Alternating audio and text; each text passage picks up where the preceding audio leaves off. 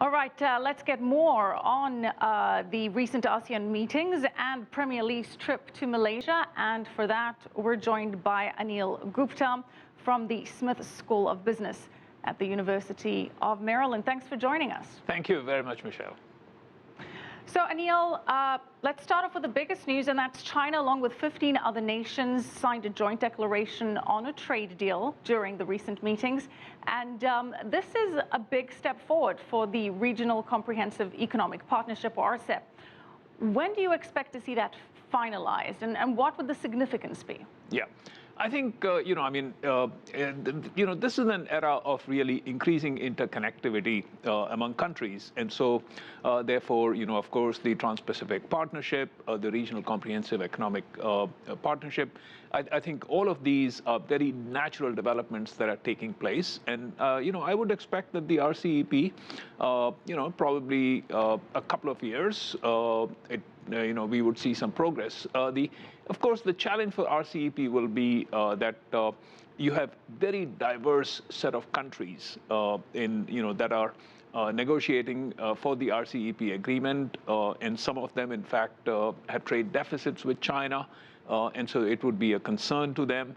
Also, of course, once an agreement is signed, if you look at the emergence of the European Economic Community, is that you can sign a free trade agreement, but then how many, goods and services in the total bundle in the economy that are included, that's something that evolves over time.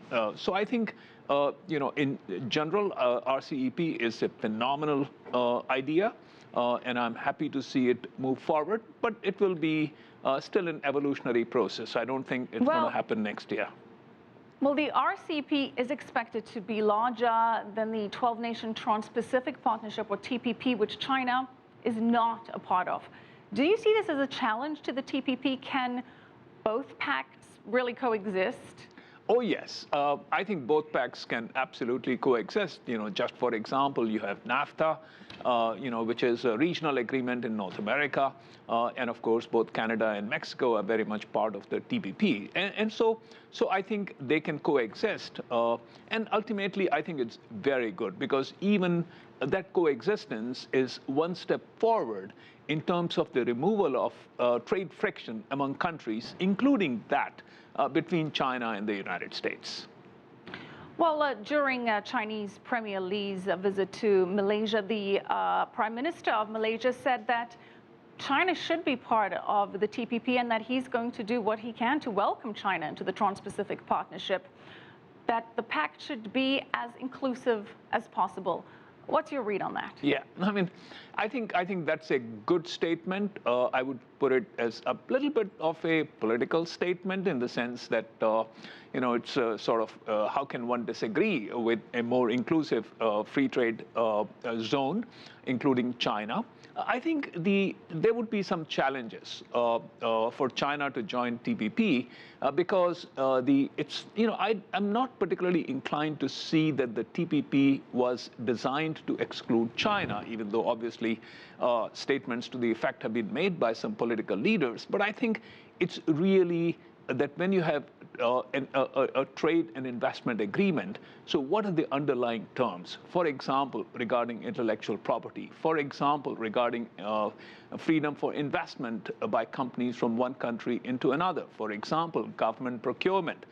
And so the standards, if you will, that the United States has essentially tried to build into TPP.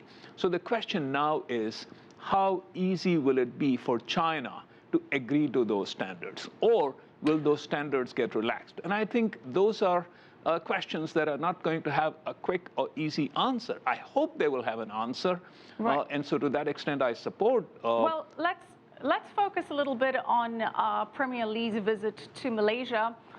A lot of progress made there, many deals signed. What would you say was the economic highlight of the trip? I think the economic highlight of the trip really would be the investment in infrastructure, because these are challenging times, I think, for Malaysia, for the ASEAN region, because the commodity, of course, the ASEAN region, including Malaysia, commodity exports are an important part. And, with the end of the commodity super cycle, those economies are not doing as well as they had been doing over the last, for example, 5 years. And the trade surplus is more or less vanished. And so, therefore, Malaysia, other ASEAN countries, they are thinking about, so what next? And of course, as Prime Minister Najib has been saying under his new economic plan, is really what next is moving up on the technology chain. And I think investment in infrastructure, for example, railway projects, I would say that is the most important part of these agreements.